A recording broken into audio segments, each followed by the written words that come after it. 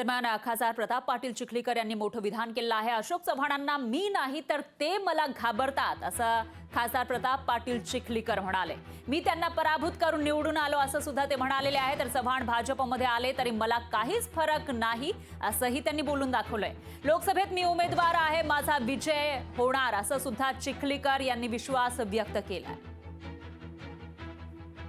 अशोक चव्हाण भारतीय जनता पक्षात आले तरी लोकसभेची निवडणूक प्रताप पाटील चिखलीकरच लढवणार भारतीय जनता पक्षाच्या चिन्हावर। त्याच्यामुळे त्यांनी भाजपमध्ये येण्याची मला चिंता नाही आहे।